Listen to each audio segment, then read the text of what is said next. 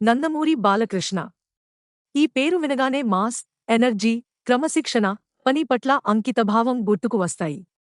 Cinema కోసం ఎంత కష్టమైనా భరించే హీరోల్లో బాలయ్య ఎప్పుడూ ముందుంటారని అభిమానులు చెబుతుంటారు. ఇప్పుడు మరోసారి అదే విషయాన్ని నిరూపించే వార్త టాలీవుడ్లో హాట్ టాపిక్గా మారింది. ఇటీవల ఎన్బీకే 111 సినిమా షూటింగ్ సందర్భంగా బాలకృష్ణకు గాయమైన విషయం తెలిసిందే.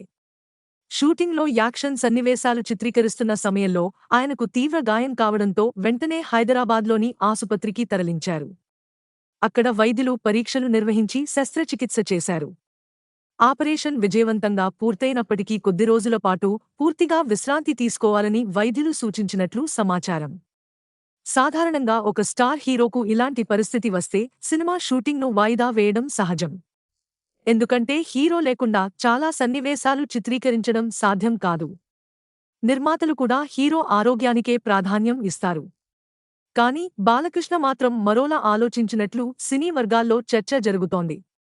తన ఆరోగ్యం కంటే ముందుగా నిర్మాతలకు నష్టం కలగకూడదని బాలయ్య భావించారట. షూటింగ్ ఆగిపోతే సెట్స్ అద్దెలు, సాంకేతిక నిపుణుల పారితోషికాలు, నటీనటుల డేట్లు, ఇలా ప్రతిరోజూ భారీ ఖర్చు అవుతుందని ఆయనకు తెలుసు.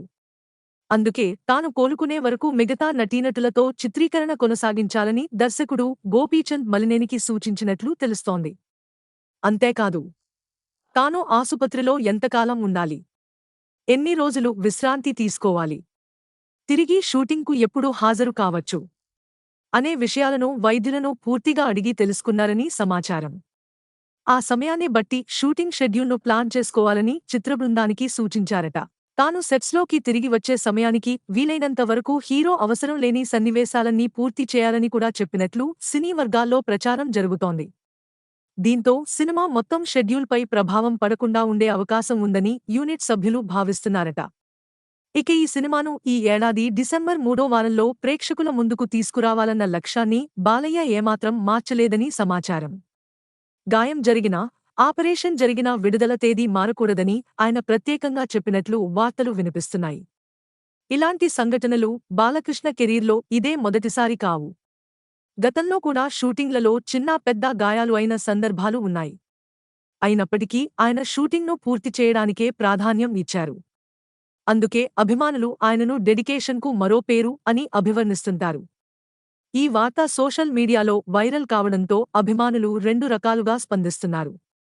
ఒకవైపు నిర్మాతల గురించి ఇంతగా ఆలోచించే హీరోలు చాలా అరుదు అంటూ బాలయ్యను ప్రశంసిస్తున్నారు.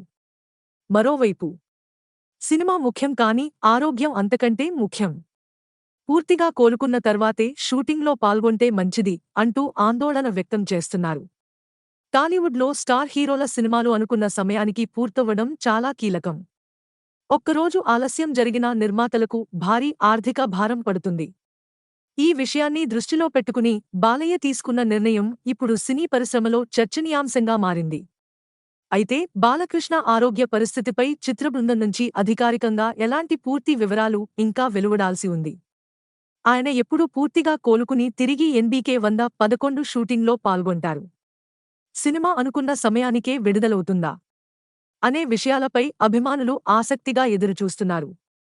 బాలయ్య త్వరగా కోలుకుని మళ్లీ అదే ఉత్సాహంతో సెట్స్లోకి అడుగుపెట్టాలని అభిమానులు ప్రార్థిస్తున్నారు. ఆయనకు మంచి ఆరోగ్యం చేకూరాలని కోరుకుంటున్నారు.